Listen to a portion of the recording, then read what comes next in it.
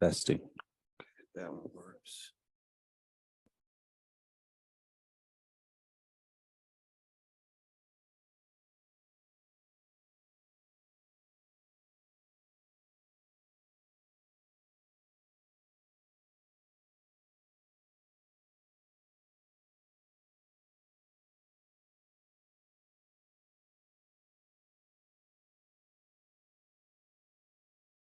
Testing. Good.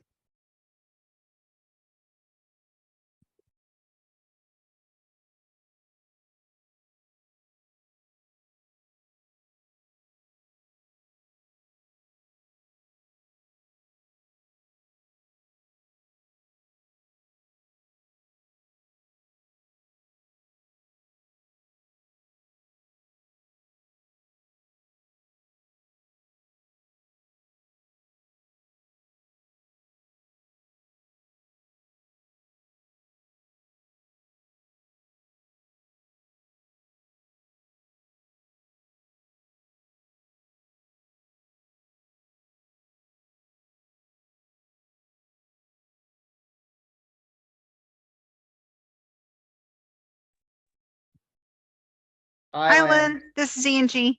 Can you hear me okay? Testing, testing.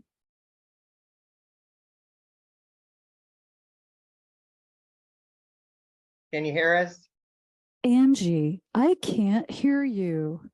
Thank you for doing the test, because we got to figure this out.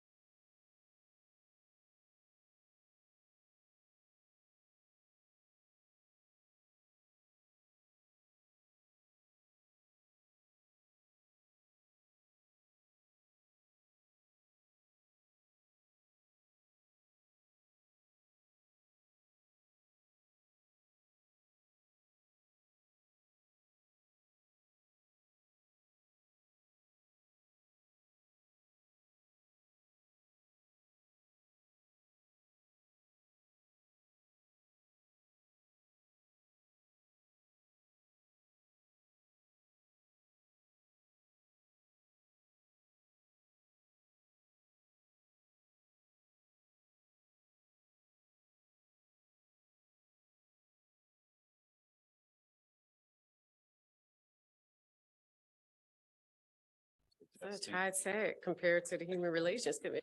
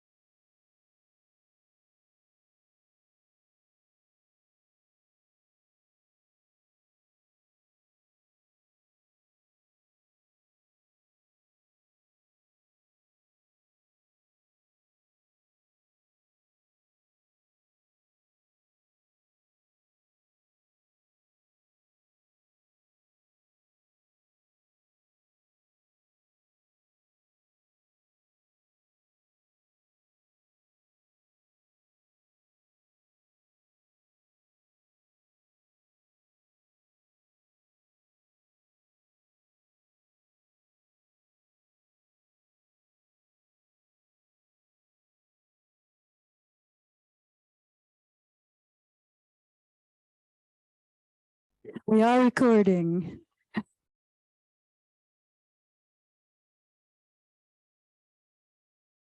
All right, I will call the Champaign County Mental Health Board meeting to order. Can I get a roll call, please? Matt Hausman, Here. Lisa Liggins Chambers, Present. Daphne Maurer, Molly McClegg, Here. Joe Omo Osagie, Here. Elaine Plencia, Here. Jen Straub, Here. Jane Sprandel, Here. John Paul Joachim. Here. All right, with that, I will move to approve the agenda. Do I have a second? I second. All right, all those in favor say aye. Aye. Aye. All those opposed say nay.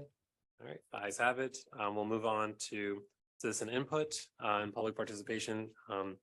Anyone in the audience is welcome to speak for about 5 minutes. We'll limit total public participation to 20 minutes. If there's anyone out in the audience that would like to say something, now's the time. All right. Okay. So we'll have you sit up to the microphone. So for the Right. record, it's just the seat right up there. Yeah. I haven't seen her in the meeting yet.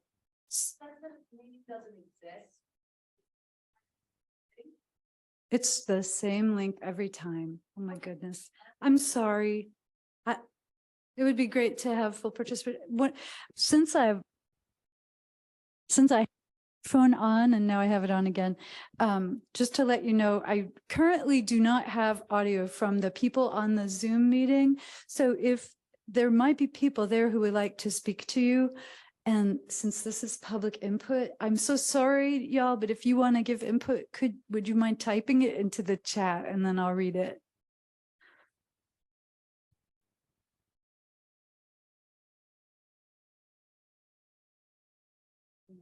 Right.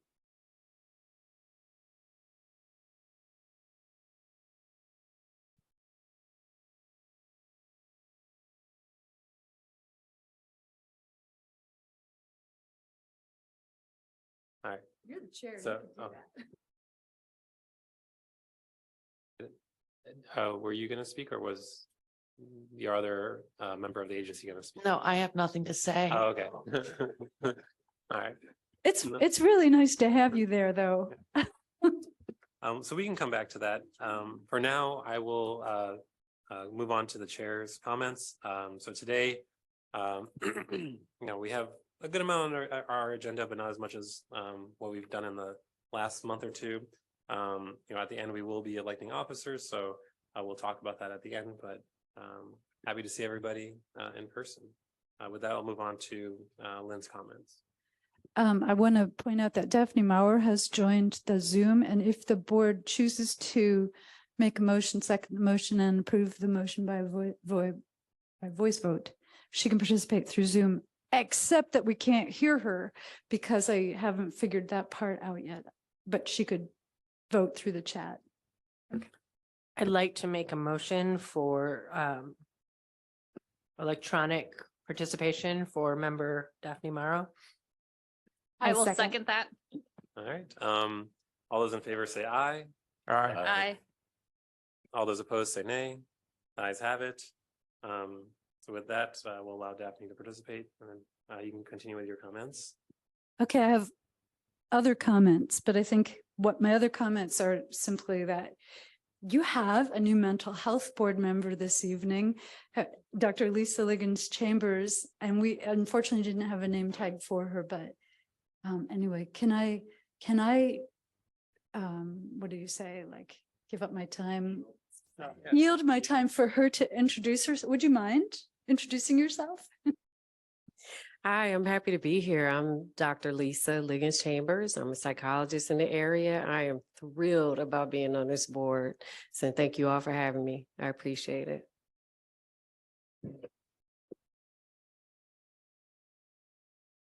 Your boss got in. Well, welcome to the board. We're happy to have you. And with that, we'll move on to the approval of the mental health board meeting minutes on pages 3 through 25. They're from the May 17th study session and the May 24th board meeting. I'll let everyone have a few minutes to look at that, and then we'll have a motion to approve after that.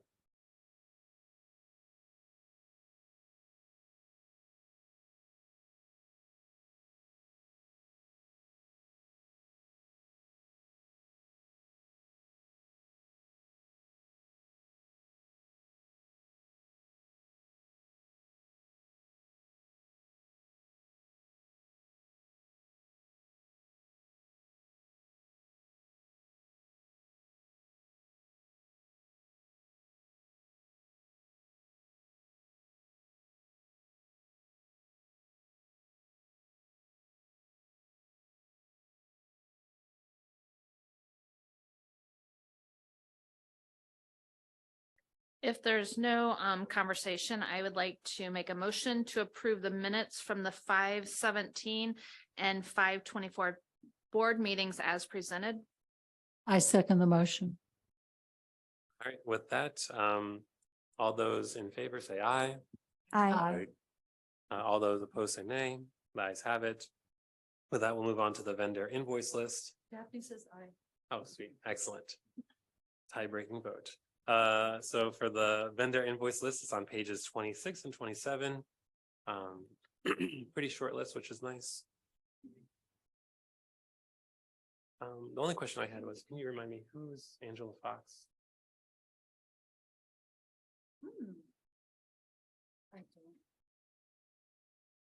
No, what's? It said Angela Fox for May 19th, $2,040.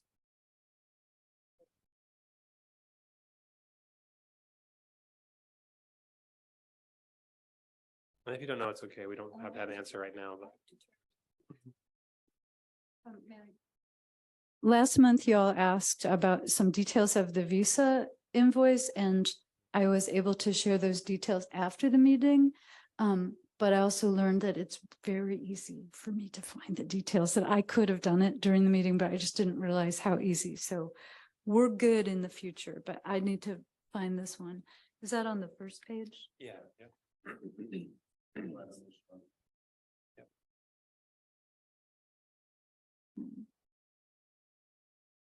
You know, that does not ring a bell. I need to find out if that's a bill that if that's a mistake, because I don't remember that. Chris Wilson is in the meeting, I think. He's still there. He won't be able to be heard. Oh, you know what? Chris has answered the question. That's the storage. That is the storage unit that we rent for the expo. We pay for it once a year. It's over by Tapman. I've never heard it associated with Angela Fox. Thank you, Chris. You are the only person that could have figured that out for me. Yay. Well, I saw unit A, and so I almost guessed, but I thought surely not. And it's an annual charge. We did this year, just for context, we looked into other storage for the expo, since it's going to be at Marketplace again for the second year in a row. We actually looked at Marketplace storage. It was 3 times as expensive. Oh, So we're just down with unloading and driving across town. sounds good. With that, are there any other questions? I see Leon has his hand up. We have someone who's trying to log in. Okay.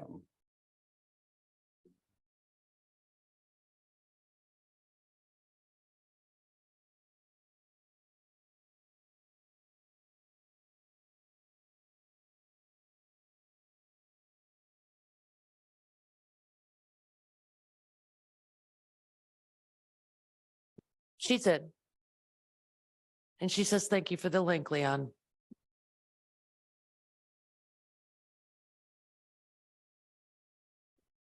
All right, with that, I will move to approve the vendor invoice list. Do I have a second?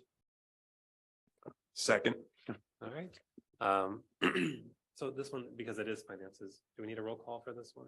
You don't, but Alright. staff is participating remotely, you could, might as well do it. Okay, I think, I guess that's fine. So Leon, can we do a roll call, please? Lisa Ligon Chambers, Chambers, yes. Daphne Maurer, Molly McClay, Yes. Joe Omo Osagie, Yes. Elaine Palencia, Yes. Jen Straub, Yes. Jane Sprandel, Yes. John Paul Joachim. Yes. All right. With that, since we have the individual that wanted to participate in public participation, are they going to type in something or have they typed in something? Melissa, did you want to do public input, or if there's anybody on the Zoom who wanted to do public input, it's going to have to be through the chat because we're not making any improvements here. So, Okay, so just let me know and then we Okay. can do that. Okay. With that, we'll move on to new business. So the Disability Resource Expo update. It's on pages 28 through 32. so. Hey, Leon. Yes. Would you mind presenting this? I know you didn't write this memo, but you're involved. All right, I'll give it. Well, please do. Please do. So I've attended one meeting so far. And in that meeting, there are, it's preliminary action right now. So there's part of it is dealing with the scavenger hunt, coming up with a scavenger hunt. The place the expo will be at the Marketplace Mall. And I think the date is October 28th. And this is, I think, again, there's the issue of determining if there's a children's activity room at the expo. Okay, so there Yeah, will we are not be. not doing that. That's Okay. about security. There's still some, exhibitors that are interested in participating from last year, interested in participating this year. What else?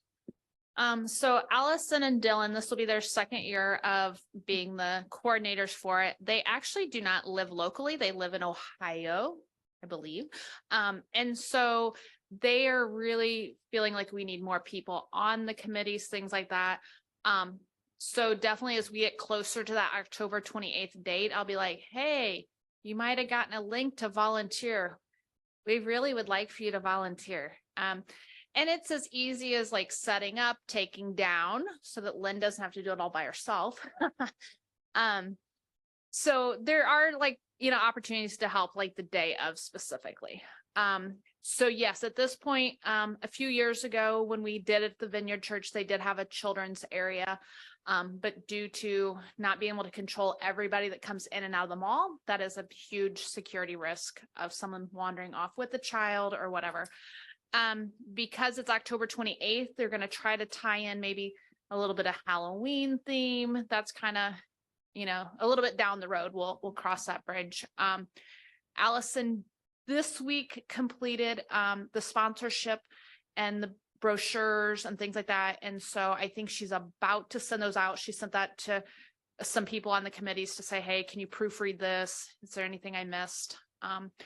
So they'll be asking for people for sponsorships, which will offset the cost that the mental health and the disabilities boards pay for this event.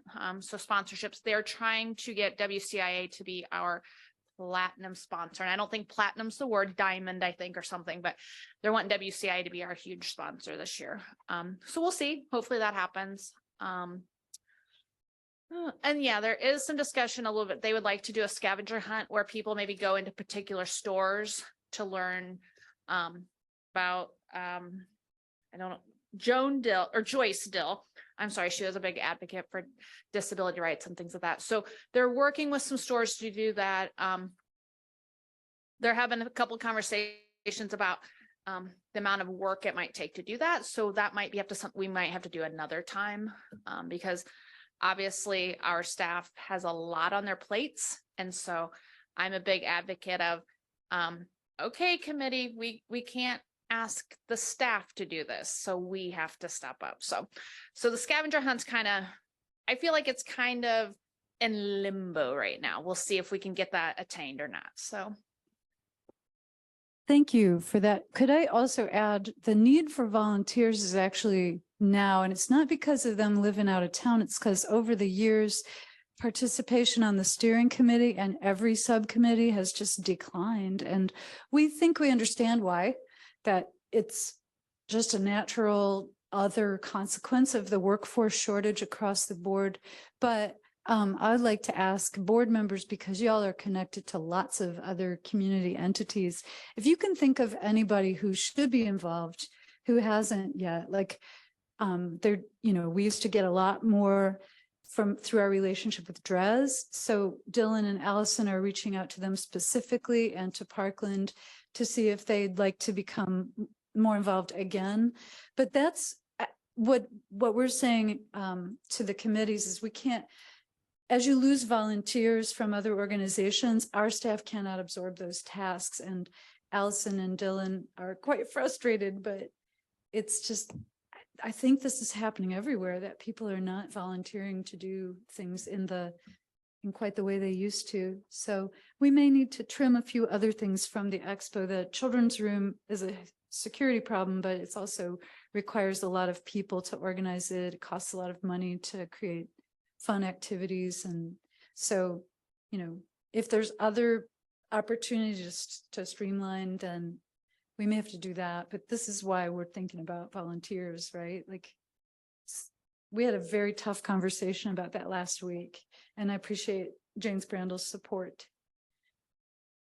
So I kind of feel like sometimes I'm the ogre when I'm like, hey, we can't depend on the staff. We have to, and again, like I work for General Mills. And so I sometimes can hop on a conference call and sometimes I can't. And we find that we've had several people who work with different agencies who have been able to serve on these committees or maybe chair a committee or even just be on a call, and they can't because now they're doing maybe moving a client versus being able to be like, hey, I'm going to take a call to help more future clients. So, so again, I will try to reach out if there's ever a time that I think, hey, do you know someone? But we will be sending out, like I said, sponsorship opportunities and opportunities for people to be vendors. And so hopefully Lynn can maybe, when those come out, you can share those with some of your, other contacts and colleagues.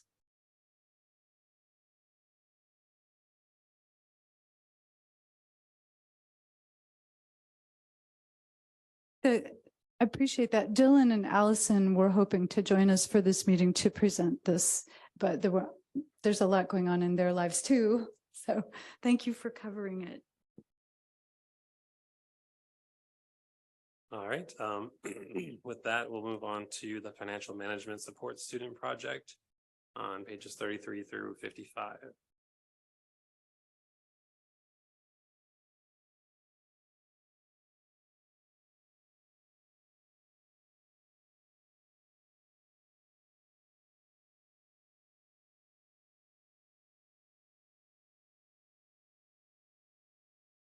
All right, so I'll give a short a synopsis of what.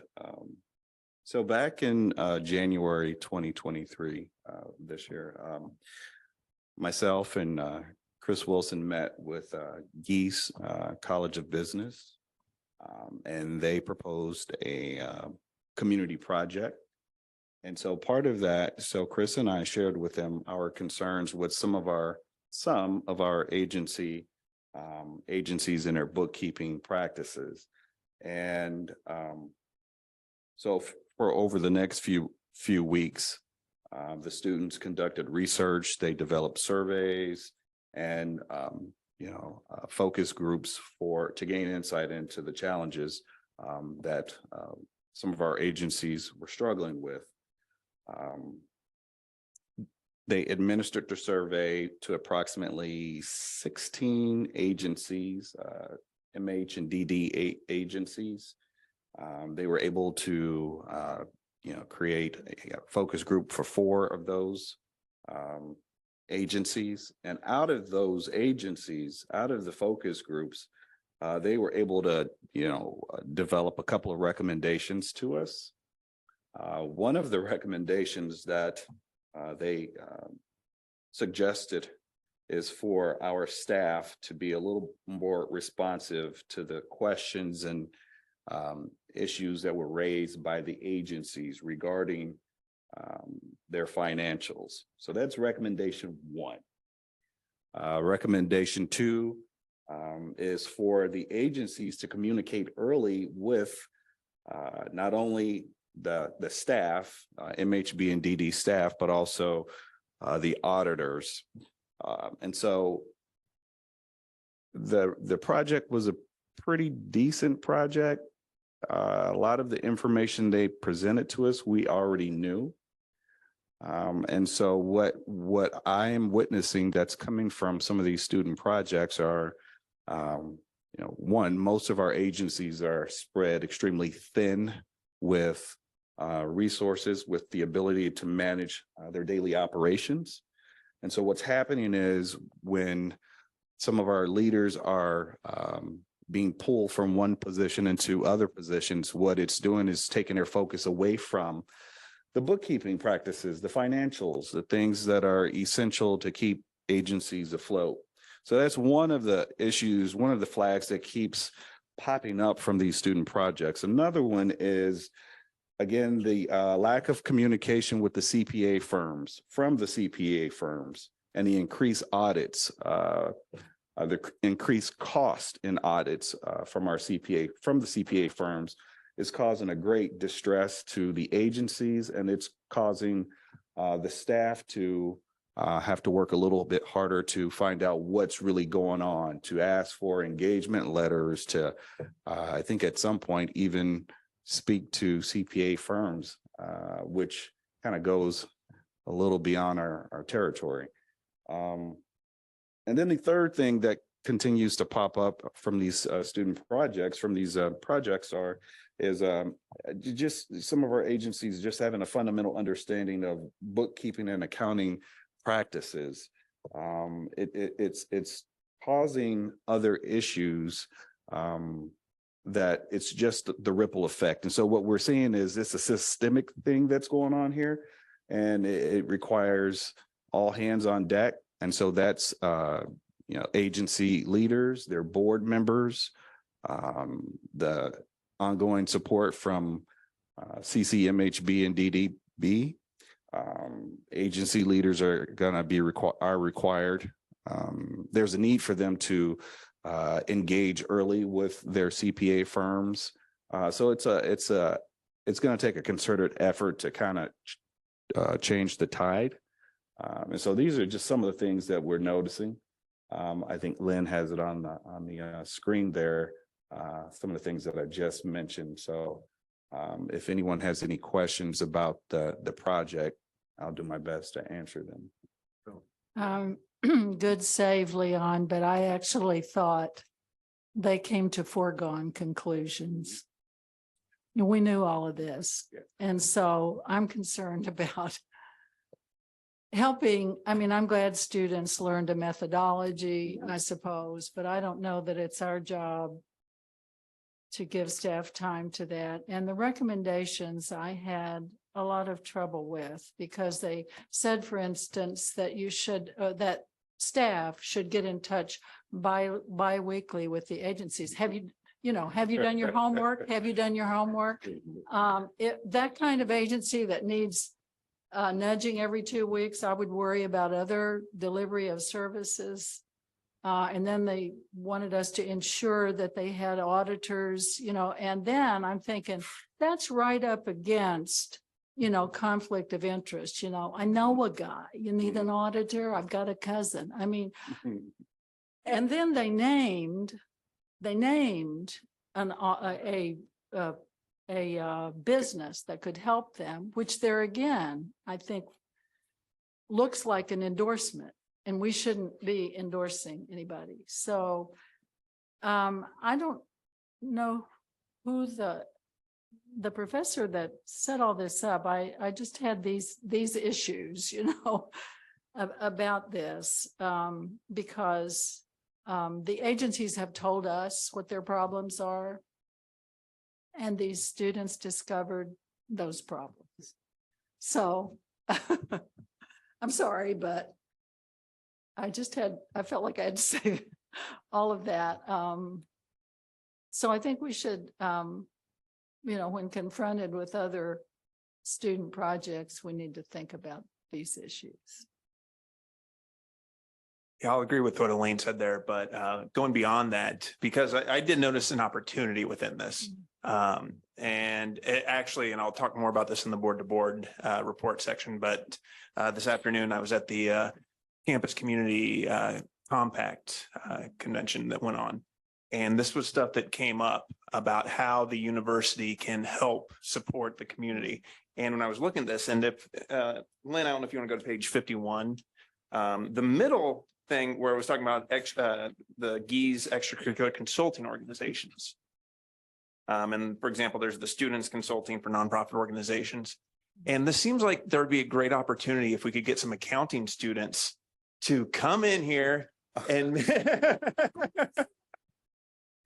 Thank you, because that was where we started. That is what we asked for. that's what, okay. And this is what we got. Okay, I didn't know. Well, That was what I wanted to ask. Say you were giving us all this recommendation. We know about this. right. The University of Illinois is in this community, and at least from my personal perspective, the University of Illinois doesn't give us enough. Yeah. And And- on top of that, if I remember right, University of Illinois is like the top 2 or 3 accounting schools in the country. So if we could get them to kind of help support and just have some of those students come in, look over the books, and then that way kind of helps out the back and forth between an auditor. And so there seems that there could definitely be a great opportunity. And I brought this up today and then that I'll talk about that more on board to board. But I think we really want to lean on them about that. Those are some of the conversations we've had in the past, saying, hey, the University of Illinois is here. Business-wise, supposed to be one of the best. Why aren't you doing this to help the community that you exist in? Not just in accounting, but there are so many ways that the University of Illinois can, School of Social Work, Psych School, could be doing so much more. So much more. I wanted to add another, I guess, a related idea, building on you both just said, because I know that one of the recommendations in here was to develop a graduate level course. And I am concerned about the turnover that happens when you have a course, that you just sort of lose this historical knowledge, like that the students have to start over. And, you know, we have a course and then, you know, the next semester, there's a whole group of new students that have to like relearn how to help the agencies. One thing I've seen at the university when I worked there is that sometimes there are student organizations affiliated with academics departments that might have more of a historical memory and might be more willing to be engaged. So I know there's several student groups that do marketing work at the university, and they're just completely run by students. And actually, when I was there, one of the student groups actually did marketing for Sexual Assault Awareness Month, and just like took it over, made all of the graphics, made all of the media, and it was very helpful. And I do wonder if there's some equivalent with accounting maybe. But even if not, potentially that marketing avenue could be helpful to agencies too. I know there is a business or marketing fraternity. I don't know what their Greek letters are, but there is one in the university. I mean, it's the land of a Greek organization, so there's got to be one. And that's a public service thing that they can do.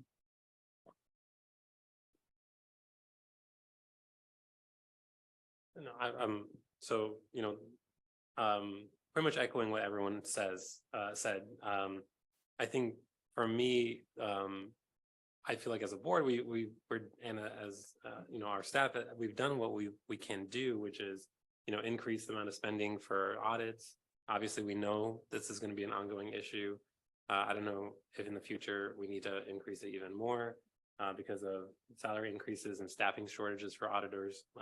Obviously, for me, looking at agencies with recent leader turnover, obviously there's going to be red flags, or not red flags, but just kind of a signal that, okay, well, there's going to be new leadership, kind of like what Molly's saying, you're going to lose historical knowledge with a new leader and how things run in that agency, and maybe the bookkeeping and the accounting may not be as up to snuff as we normally have it. And so there might be, a year or two of them trying to, learn how to get things moving efficiently as it normally was. So I think just kind of keeping those agencies on our radar that have had new leadership turnover in the last year, just kind of, making sure that they're not falling through the cracks. But I mean, other than that, I don't know what more we can really do than what we're doing. And unfortunately, if some agencies stumble and they make mistakes to the point where we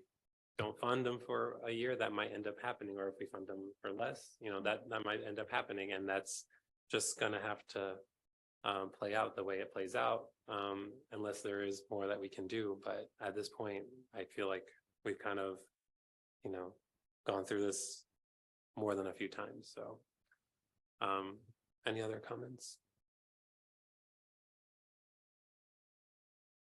I guess I had one more. Leanne, I was wondering if if there was any information given by the students suggesting that the agencies felt like they benefited from doing the survey, doing the focus groups, like if they felt heard in their concerns, or if anything specific was mentioned in that regard. Yes, there's I don't know if it's in the report here. Let me take a quick peek. I don't think it's in this one, but they shared some of their feedback with the surveys. And I opted not to put that in the public record. But we do have some insight, some information to help us get a better understanding of what some of our agencies are, experiencing. But I'd be happy to share that with you after the meeting if you like. Thank you. I appreciate that. All right. With that, yeah, you can speak. Yep. So I really appreciate this discussion. I don't want to say very much about our relationship and collaborations with the university because sometimes we have huge successes there. So this was not one of them, but there is something really beneficial that comes out of this, which is a focus on the professional services, financial professionals providing professional services. And we have only one, and this is not I know you have an MBA and I have a degree in math, so it's not to diss us, but we are not financial professionals. We have only one on the staff. I love that everybody thinks they should have more time with him because that's a testament to his excellent work. I appreciate his excellent work, but you are right. There's a conflict in this, the level of training that some of our folks could provide in other areas, is a little bit free of the conflict of interest question. This is really right in the middle of stuff we probably shouldn't be telling people how to do. So I'm bringing this up because I think it is a unique opportunity that mental health boards and developmental disabilities boards have, and that's to fund some of the invisible business infrastructure that agencies need in order to be successful, accountable, and eligible for bigger sources of funding. A high quality audit is needed for state funding. So if you all are paying the lion's share of that audit, it's good for all of us in the end because it allows our agencies to compete more successfully for those dollars to bring innovations to this community. I think that we have decades of looking at those indirect or administrative costs as fluff, but we're finding ourselves in a place where we need to turn that around a little bit and continue to offer to pay more for audits. That's helpful. And so anyway, I think that's one really good thing that came out of this. That's all I wanted to say. All right. With that, we'll move on to the agency request for consideration with Grow.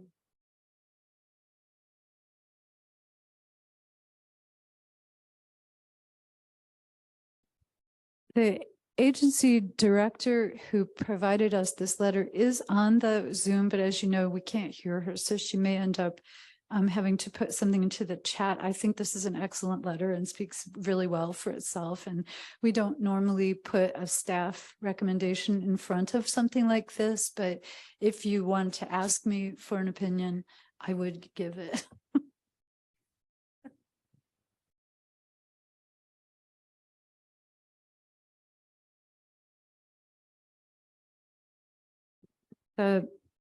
The issue is that in our rules now, we don't, if an audit is late, the payments are suspended. The audits are due 6 months after the end of that fiscal year.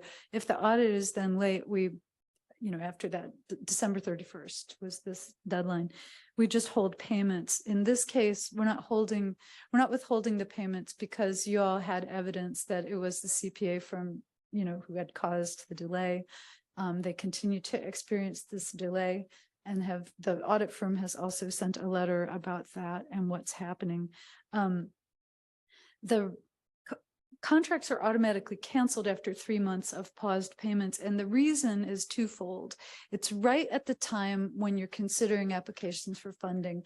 And we staff are no longer comfortable saying, no problem with the financial standing of an agency if we don't have an audit to demonstrate that. But even more importantly, we had a situation that went on for literally 2 years where we were holding payments, which resulted in a big payout in a different year than budgeted for, and also created quite a risk for that agency that if they submitted an audit that we declined, they would never get paid for 2 years of services. So that 3-month stop is really to protect against that. In this situation, it's not protecting against either thing. So my opinion, which you didn't ask for, was that it would be okay to waive this requirement. So.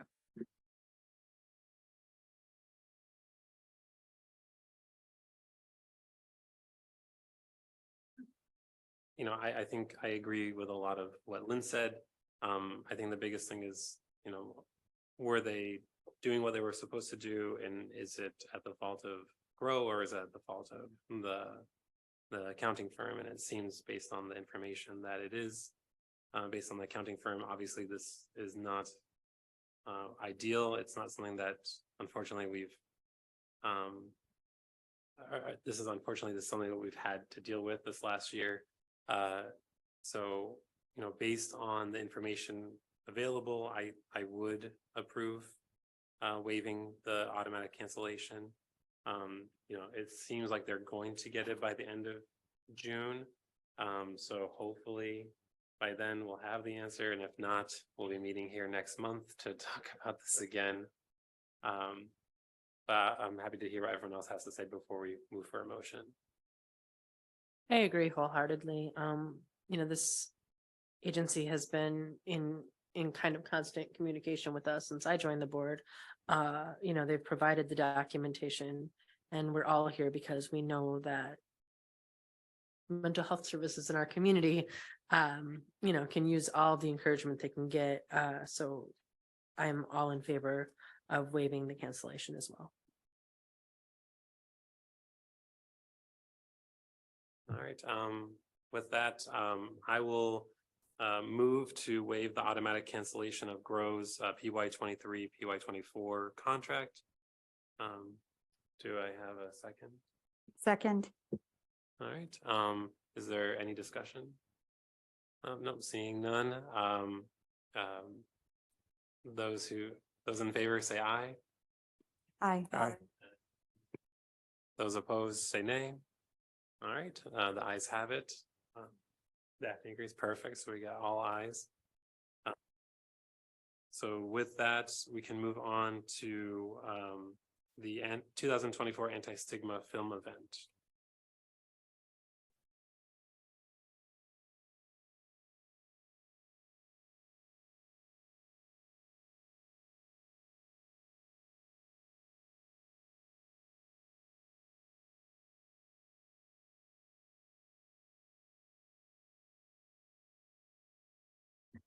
I would love to make this Leon's presentation. He's doing so good. So I'm going to try to keep it brief since you didn't get any forewarning about that.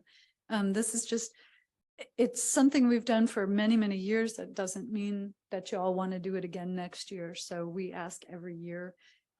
It's to sponsor an anti-stigma film within the Roger Ebert's Film Festival. And with that sponsorship, we get a little bit of a platform for our messaging.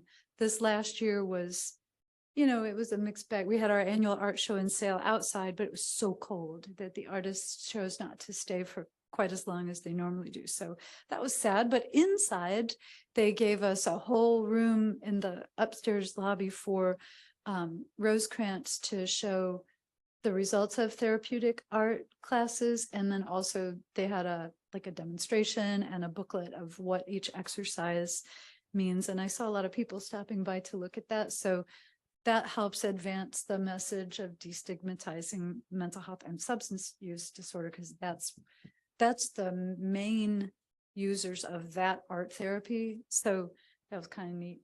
And then the films, like typically we ask that they focus on mental health, substance use, or DD, but it's very hard to find films that do a good job with developmental disabilities. So for that reason, a few years ago, the DD board stopped participating in this. They do still help pay for the art show and snacks. So anyway, so this is just an update on what happened this year with a request to do it again next year. And there's a decision there, but I would be happy to stop talking, let y'all discuss it. So when I had a question more, it's just a bookkeeping question. And I probably never would have noticed it if it wasn't that we're talking about the budget next. So it looks like we have $20,000 in the budget for 24 set aside for public relations, anti-stigma. And then is that this, or are they separate book lines or what?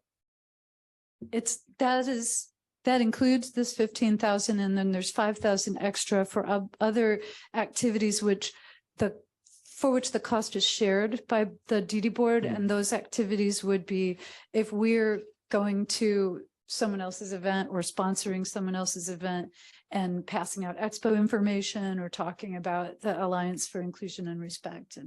And it also covers cost of other art shows, but so far we haven't really spent anything on that. We've had a couple of free opportunities, but we just put a little bit of money in there in case. So it's this and then sponsorships of other events in which we'll have some message. Okay.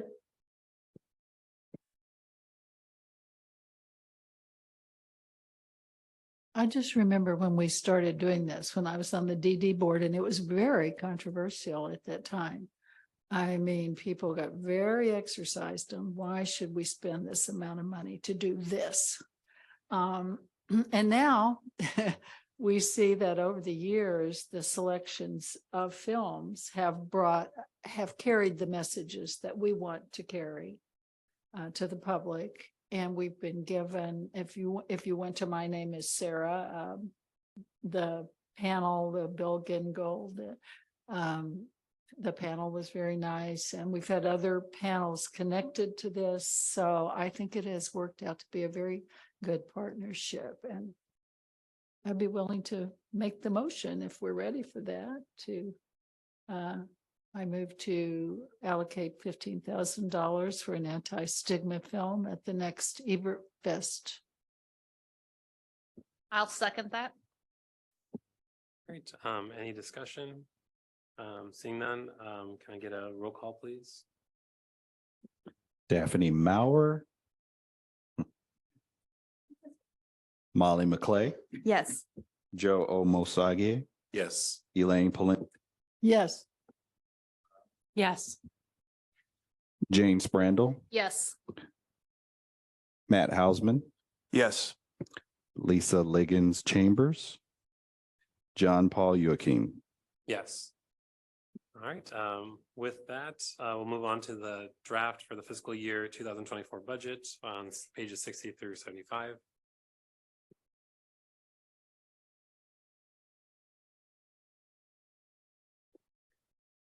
Okay. So like, the good news is that for months and months, I was telling you, I was working with a figure that would probably be updated sometime in July, but it was updated before, it was actually updated 2 days before we made the board packet. So I redid the budget.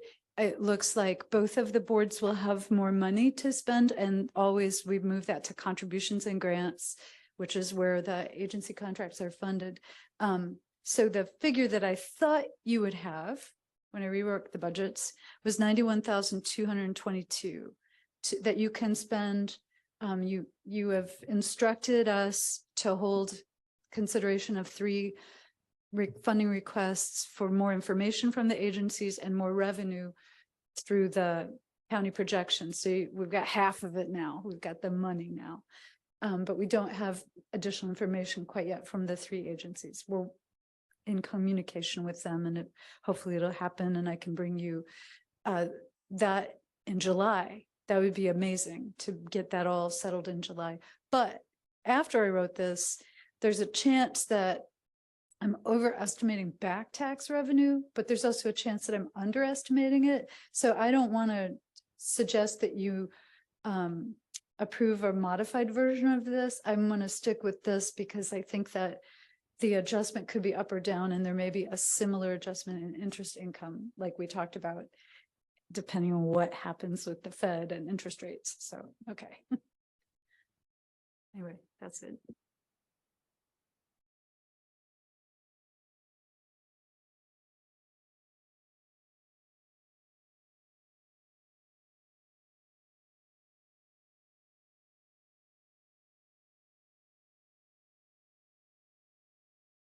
So we do have 2 motions to approve on this item of the agenda. One is for the anticipated revenues and expenditures, and then one is for the Special Initiatives Fund revenue and expenditures.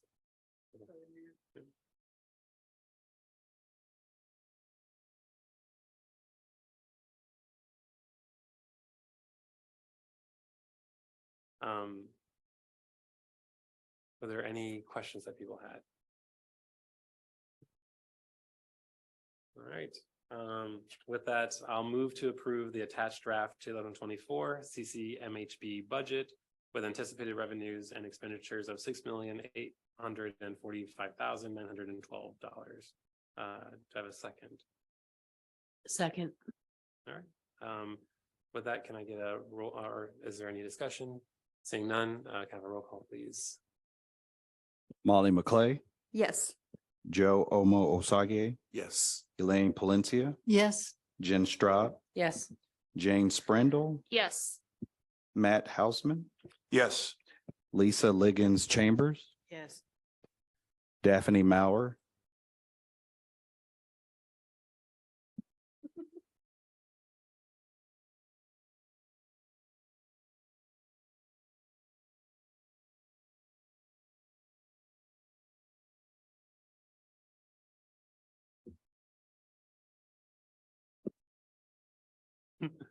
John Paul Joachim. Yes. I thought I said it. Did he say me I before? thought I said it. I didn't hear. Okay. I just want to vote twice. Okay. Again. Sorry. Yeah. Okay, and then thank you with that. We have the second motion on the table. If someone wants to move for the motion, just the last part should be full approval is contingent on CCDDB action, not MHB action. Well, do we have the action? Was it approved? So we don't even have to have that part. So in that case, yeah, I'll go ahead and move to approve the attached draft 2024 IDD Special Initiatives Fund budget with anticipated revenues and expenditures of $406,000. Use of this fund is consistent with the terms of the intergovernmental agreement between CCDDB and CCMHB. Is there a second? I'll second. All right, with that, is there any discussion? Seeing none, kind of a roll call, please. Joe Omo Osagie, Yes. Elaine Palencia, Yes. Jen Straub, Yes. Jane Sprindle, Yes. Matt Hausman, Yes. Lisa Liggins Chambers, Yes. Daphne Maurer, John Paul Youakim. Yes, thanks. Oh, you do Molly McClay? Yeah? Molly McClay. Sorry, Yes. Molly. All right. With that, we'll move on to the CCMHB officer elections. So prior to July of each year, we're required to elect officers with a one-year term effective July 1st. A president and then vice president are selected along with other officers the board may deem necessary. Typically, we just have the two. And then you have the bylaws on the packet on pages 76 through 80. And so we'll have to discuss that and elect some officers today.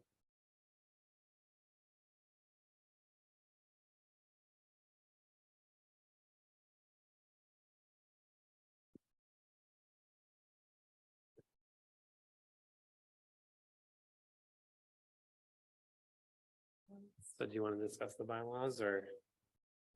I finally found the page. After a heated campaign season, there might be interest, there might even be nominations. So I think I should let y'all do it, don't you think? Okay.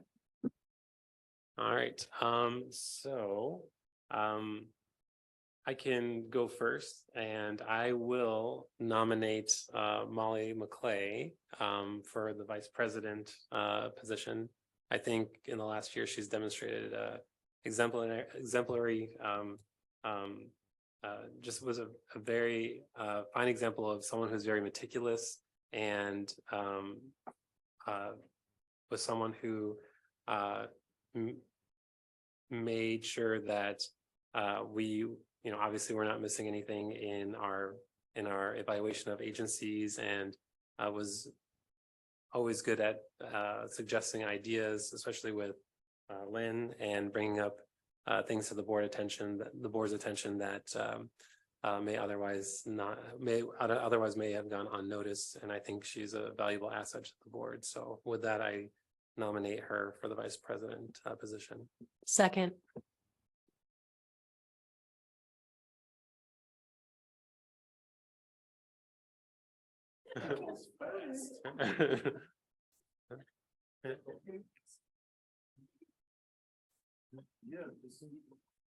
We can have discussion, yeah. Discussion is, all John said and more. I'm way more meticulous than I would ever be. So, because I am not meticulous. Yes, you are. I would say you're very meticulous and a great advocate. So you are a great president and you've been a great vice president. So if you want to be president, I can always make a nomination. Got too much on my plate. It's overflowing.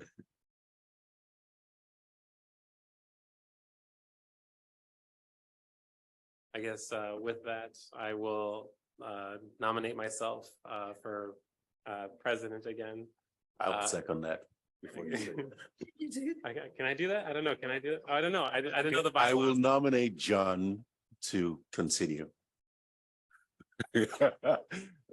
So where are you learning that from? Oh, John.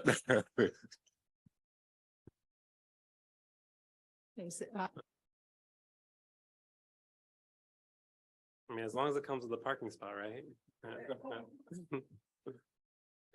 So Elaine seconded, but I think the microphone was off for a second. Just, yeah. I shall second the nomination of John Youakim for president. Any discussion? You can be very honest, it's okay. So,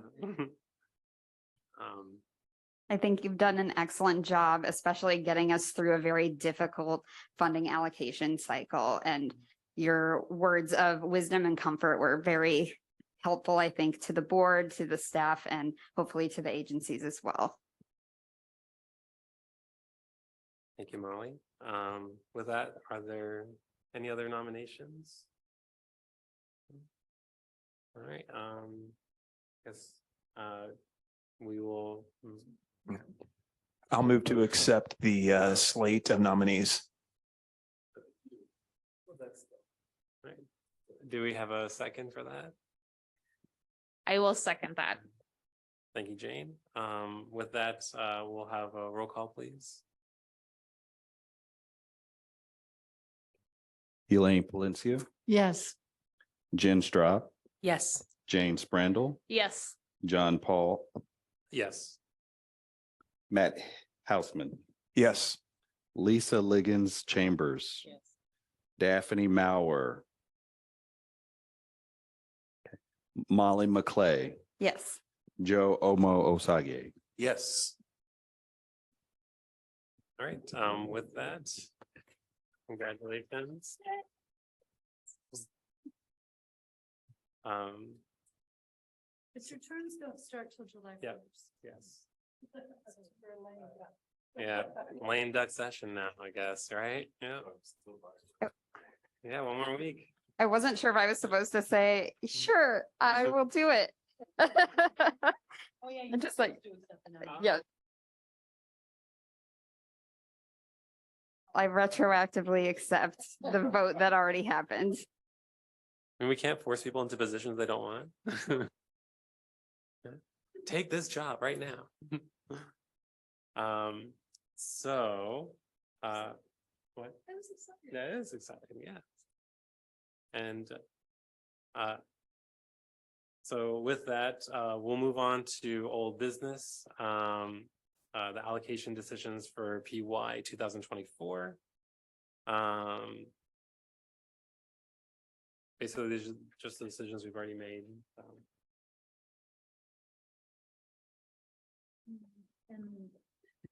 Just for information, we've included the decisions that DD board made and they got to see yours. And we also made this fun chart, which is sideways, of the special initiatives decisions. This was kind of tough because we didn't have applications directly to the special initiatives. So we recommended to y'all 3 contracts, and those 2 of those are all good to go. We're doing great with contracts, by the way, like the development of contracts and getting all the authorities to sign is going really well. But with Chris Healthy Aging, when we talked to them, our staff recommendation was that they propose something that was specific to people with developmental disabilities or their care providers, paid or unpaid, and they declined. They would prefer to serve all people. So, I mean, we tried. So there's, so this is, the fund is a little bit underutilized from what we wanted to spend this year. So hopefully we can catch up because we don't need that money. We need the services. We need support for that population of folks who have developmental disabilities plus other support needs and are not well served. So we'll start working on that in the coming months with both boards. Like, what are some other ideas for things we could do meaningfully for that population? Anyway, that's it. So I got a question. If I recall, United Way was going to be doing their grant funding the day after ours, right? Will that be impacting? I'm assuming you have that list of some of the stuff we've deferred on, especially this new 91,000, anything like that. Do you know? So right after your meeting, I sent them the results because they were meeting the next day. And then I asked them to let me know what happened, and I haven't heard yet. So I think the answer to your question could be yes, and that I need to ask again. There were 3 funding requests that you deferred. I don't believe they were looking at applications from all 3, but maybe at least 1. So I will follow up. Thank you.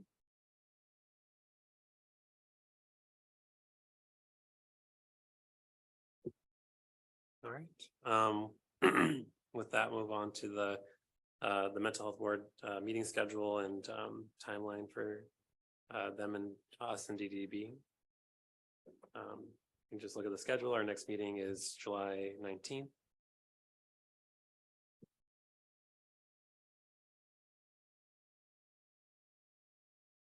So this continues the pattern for both boards of, during certain months, you have a meeting and a study session in order to, especially in the spring, you're first learning about newly funded programs and how they're going. And then you have the extra meetings to talk about funding requests. So it still doesn't feel like enough time. So I kind of messed with some deadlines. I did not mess with any of the quarterly reporting deadlines. Those are they've been in the contracts for years and years as a Friday at 4:30. Those Friday at 4:30 deadlines are based on a time when everything was done on paper and delivered to our office, which is locked at 4:30. So if you were late, we couldn't see it until Monday. But that's not the system we're using anymore. So I really would prefer middle week deadlines so that if people are late or having trouble with the technology, our staff are actually available to help so that it's not a crisis over the weekend, which is what's been going on the last few years. I think I need to fix that. But I don't want to mess with their Friday quarterly report deadlines because that's just been forever. And that seems like too big of a system change. So what I did mess with was the application timeline. I scooted it up, hoping that we could finalize priorities document during November. That's up to us to do a good plan and y'all to have time to review it and revise anything. If that works, then we would like to open the online system for applications on December 22nd.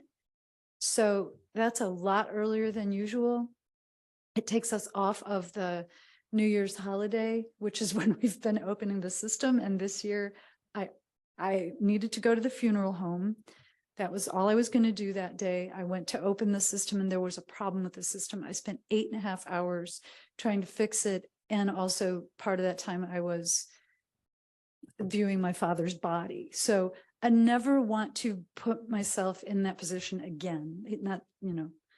I only had that father and the other one. So that it won't be that scenario, but it's just a terrible thing to do on a holiday or a weekend day. So we're going to give the agencies a little bit more time to do the applications they can start earlier. And our deadline is something like February 12, which is a Tuesday. I think you all suggested that a Monday or Tuesday, the last time we talked about it. So it's a little bit more time for them. And then it's like 3 extra days for us and you. And I think those days will matter because you've seen every year people struggling to get things done by the deadline. It just seems like when we have all hands on deck, it might go better. Anyway, so that's the big change. And then it doesn't give you extra meetings to review applications. But if we want to do that, you can. I just always feel like we run out of time and you don't get the time that you need to ask questions and get them answered. So anyway. Just remind me, how many days beforehand do you need the information before you publish things in the packet and mail things out? And Well, by law, 48 hours, but these are really, there's so much for you to see in these packets. Our goal is to give you a full week. And I mean, I think when it comes to evaluating funding requests, you need at least that much time. So, okay. I was just trying to make sure, if the deadline is what, the 12th, you said? So then the next meeting will be 8 days later. So do you think that's enough time? Well, the only thing we're going to give you, let's see, next meeting is 8 days later, is a list of successful applications, which, I mean, we can make the 48-hour mark, but I don't know about getting it into the packet. So you can discuss the list of applications. We can have the review process memo in there so that you can decide if you want to engage in the same process or change it. But yeah, you're right. That might be tricky to get the Well, it wouldn't be the applications, like the information from them. It would just be who didn't make that deadline and who needs extensions. And if we have to put that in the board packet to extend the deadline for certain people or something happens, then that would be my only thing that I would think about. So far, the distance between the application deadline and the time it takes to formalize a request to you for an exception to that rule is already too much. So it's been like in the following month or even 2 months later, typically. So no, nothing's going to be late this year. Well, and I already want to like start my bully thing of like, okay, we're giving you extra time and you're still late. So let's just not do that. If there's people who are waiting on, maybe we'll just start like sending little notes. Hey, have you done your application yet? I'll do it. I'll nominate Jane. Jane will call people, put it on their Facebook pages. Hey, if you want money, do your application. Second.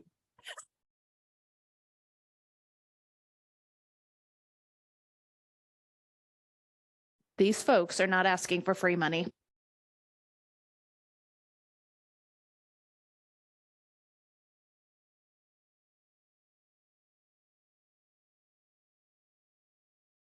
I did want to mention that the February 12th date is listed as 2023. If we could do it in the past, you know, maybe things could be different this year.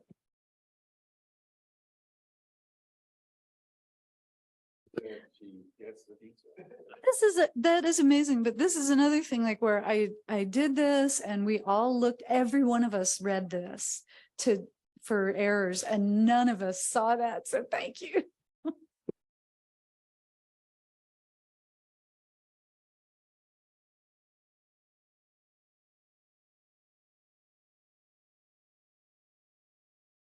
With that, we can move on to staff reports. Or actually, sorry, the Champaign County Developmental Disability Board input. Is there someone that you have any comments, Lynn, about that? We already covered the big item, which Right. is that they approved the duty special initiatives Perfect. budget too. All right, now we'll move on to staff reports. If there's anyone, any comments or questions?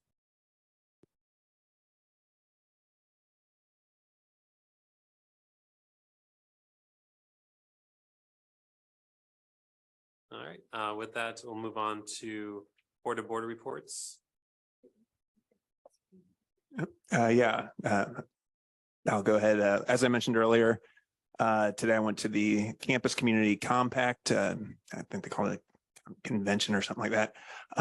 But for those of you that don't know, this is a initiative that started in late 2020 or early 2021, trying to increase communication and collaboration between the university and the Champaign-Urbana community. Last December, I went to the working group for the health and wellness and resiliency.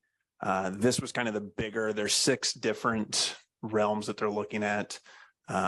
Workforce development, employment development, community relations, a bunch of stuff, but obviously the health, wellness, and resiliency is the one that we're concerned about. The focus is on social justice and equity for the entire compact. And that was the big focus in the wellness small working group today. And I just want to point out that mental health was mentioned multiple times, especially coming out of the pandemic, the lack of resources in a lot of our minority communities when we're talking about mental health, trauma and resiliency and those kinds of things. So this is all stuff that the community knows about, and that Chancellor Jones has said that this is a priority at the university. And so I think we want to make sure we're holding them accountable for that. And like we were talking earlier, that, hey, here are some ideas. Make sure it's not just talk, but we are following up and saying, hey, here's some stuff we'd like to see the university do that could help us out. And I think our conversation earlier in the meeting is part of that. But as I said, mental health came up 3 or 4 times in that working group, which was about all of health and wellness. So it is a huge issue that is being discussed.